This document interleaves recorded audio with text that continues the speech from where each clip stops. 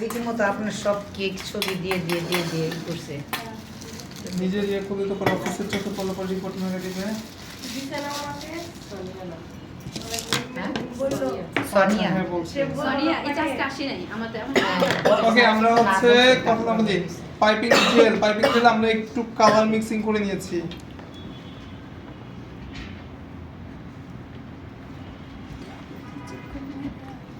বেশি কথা বলি।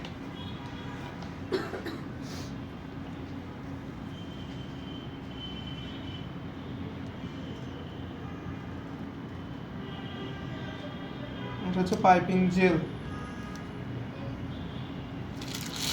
আপনারা চাইলে পাইপিং জেল দিয়েও এই ডেকোরেশন করতে পারবেন, ঠিক আছে? আমরা গানাশ দিয়ে করেছি না, এরকম কালারিং করতে পারেন। আবার চাইলে হোয়াইট চকলেট গানাশ দিয়েও করতে পারেন।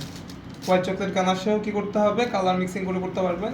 তবে এটা যেরকম একটা আলাদাই একটা গ্লেজ দেয়, সো ওইটা আবার হচ্ছে হোয়াইট চকলেটের তেমনটা পাবেন না। হোয়াইট চকলেটে পাবেন হচ্ছে ম্যাট একটা টেক্সচার, ঠিক আছে?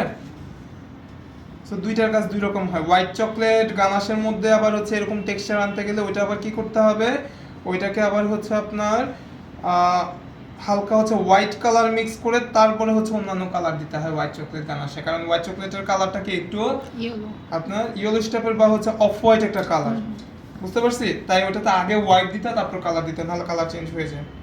এটার সাথে তো সব ধরনের